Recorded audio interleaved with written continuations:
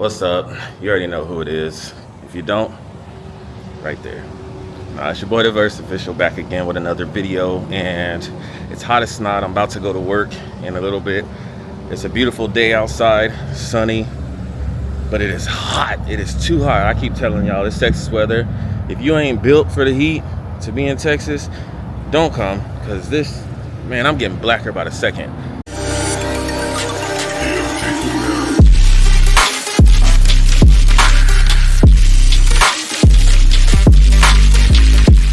So yeah, I need a haircut, so don't mind that. But yeah, I went ahead and switched it up a little bit. Both of them are still here, but I'll stop talking and just let you guys see what I'm talking about right here, because it just looks so nice.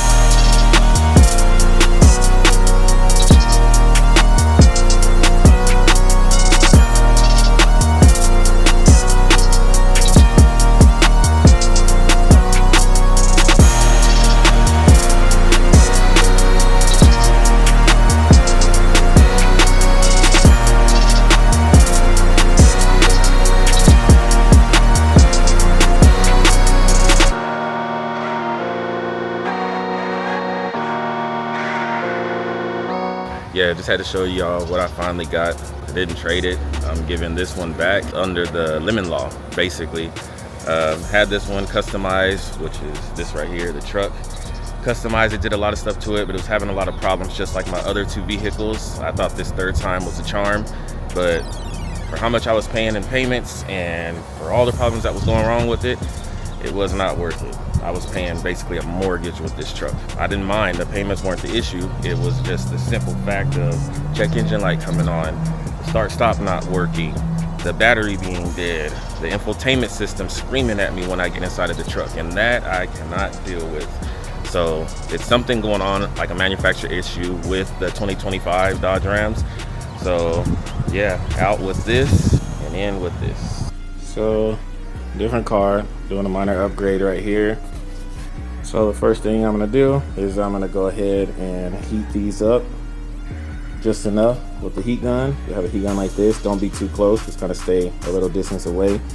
Heat it up and then just slowly push on this. If you got pry tools, have yourself some plastic pry tools and push it out. You have this vent right here, so you don't have to take the bumper or anything off.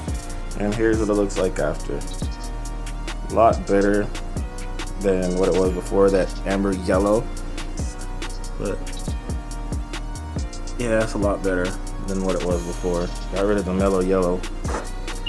Oh wow, and it's doing its own thing. Thinking I'm walking away. I'm not. But yeah. Thanks to my brother for letting me come through. You know, we always customizing everything on cars. Every time we customizing cars, bikes, everything. Now we all black on black, gray on black. I used to be gray on black. Y'all know with the truck. So they're still gray on black, but we still got some grays. You know, grays inside of here, which oh, dang, it's bright. Okay, there you go. Grays in here. She still has some gray. You know, that just lets y'all know we all family in here. Looks a lot better. It actually matches the headlights instead of the mellow yellow. Looks a lot better. Just the subtle little things you do to it, to any car you have, makes anything a whole lot better. And just like that, we're finally back into this. It's the next day. I already went to work. Finally off, as you can tell. Finally got my hair cut because it was looking rough and stuff. So into this video, we're gonna go ahead and install the charge pipe. I had to get a couple of other things, the gas and brake pedal. The dead pedal was already installed on the car when I got it. Yeah, ordered that from Amazon. I'll leave a link in the description below for this model vehicle, the 2020 BMW 330i. It's not the X-Drive or anything, but it's compatible with basically the same ones. Got the gas and brake pedal, got the charge pipe from Amazon as well. I'll leave that in the description below. And then, what else did I get? Oh, the struts, the hood struts. It seems like every time you get something good, 3 things go wrong. And that's the 3 things. But nothing went wrong with the charge pipe. I'm just doing that for peace of mind. So let's just get into this and follow me into installing this. Headed to the Amazon locker now to go and receive these packages, because we need to hurry up and get this install done.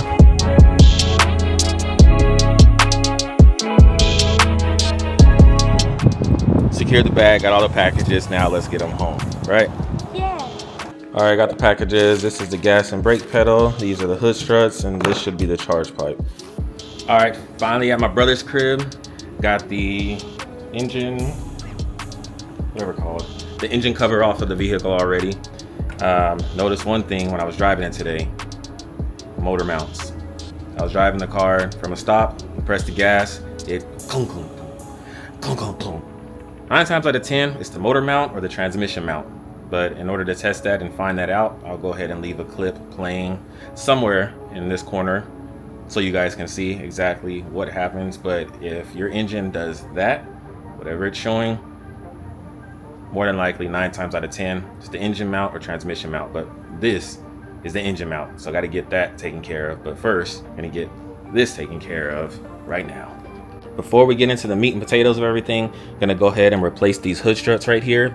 That banged my head is not a good thing. It's barely even holding from here. Got the new hood struts right here. This is what they look like, a little small. I'll go ahead and leave the link in the description below, like I say with all my parts, just so you guys can go ahead and get them easier and quicker access. These are the old ones right here.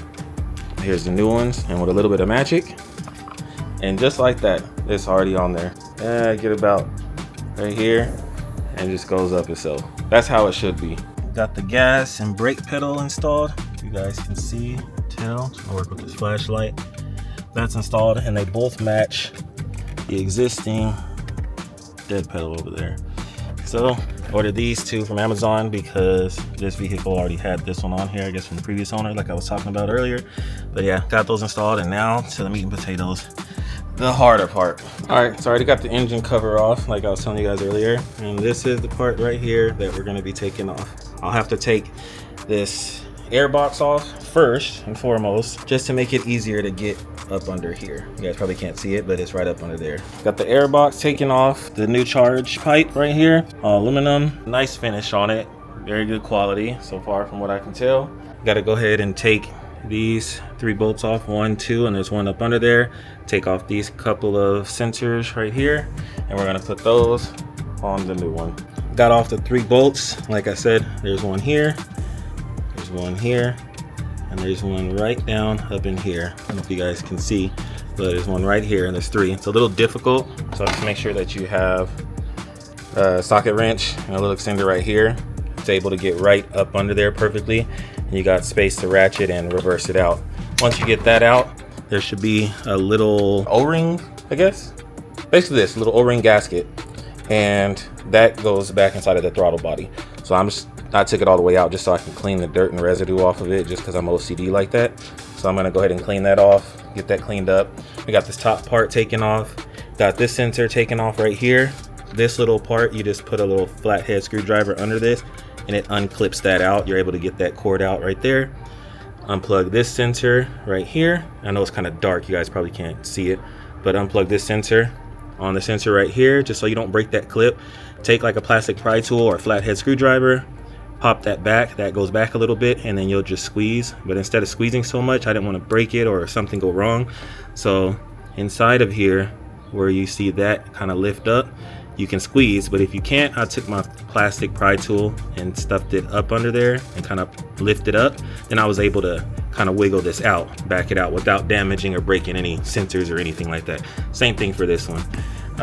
So now it's time to get down in the bottom where that clip is at, and I'll show you guys that. All right, so got the tube finally out. It was a little difficult, but it was pretty easy of a job to do. Better airflow, or more airflow, should I say. I feel like this is a weak point right here, even though it allows it to move vibration. But this, it's not hooked on anything, but it's in there pretty good. But only thing I don't like about the factory one is that this almost dang near comes out or lets boost leak out. And I didn't notice, but whenever it was on my car, it was spaced out like this, which it probably could have leakage right here. But as you can tell, it just easily shifts itself. So the only thing that's really holding it is that, I guess, O-ring gasket inside of there, if there even is one, but it's just rubber right here. And this is probably where it gets faulty at from the manufacturer. So yeah, nice upgrade to go ahead and install your own charge pipe, aluminum, metal, whatever it is, for a lot better airflow. You can tell how big this is here. My bad, side note, when you take this one off, the little clip that goes inside of here, it is right here. So you're gonna wanna take that out. You're gonna reuse that same existing one, and It will go in just like this. You'll see this little notch on the bottom right here, and you'll see a cutout notch at the top. So when you put your clip on, make sure that these are faced, I'm guessing, backwards, so it doesn't clip anything up front. Now I think what I'm gonna do is go ahead and put the green O-ring inside of here, and instead of leaving this on, I might back this out, put it on, then stuff this on, because I feel like it's gonna be difficult trying to stuff this on and latch it, but I don't know, maybe I can try it and see if it works. Got the pipe on there. I don't know if you guys can see. Try to get you guys down up in there. So I've got that on there. It's fixed on there. The green O-ring is on there, and wasn't too bad. I would advise with the metal clip that's there, don't push it all the way on, then try to stuff this on. Have it halfway put on, and once you get this fitting on there, then push that little metal clip all the way down and it will lock it in place. Got the actual O-ring back on here on the throttle body. Got this down in here. Now I didn't tighten the screw yet. A lot of people will say to tighten it so you don't have to worry about it wiggling or anything. I just didn't, just because I have a lot of space to be able to work with it and make sure that inside of here the pipe isn't too far up or too far down. It probably doesn't make a difference, but like I say, I'm just OCD with it, so I can feel it and make sure I can hold the back of this coupler and hold it while I install the top portion of this charge pipe. Here's the other end of the charge pipe. Now these screws, I was wondering, they give these screws with it. I didn't know if maybe a blow-off valve goes here where it can, which that isn't that.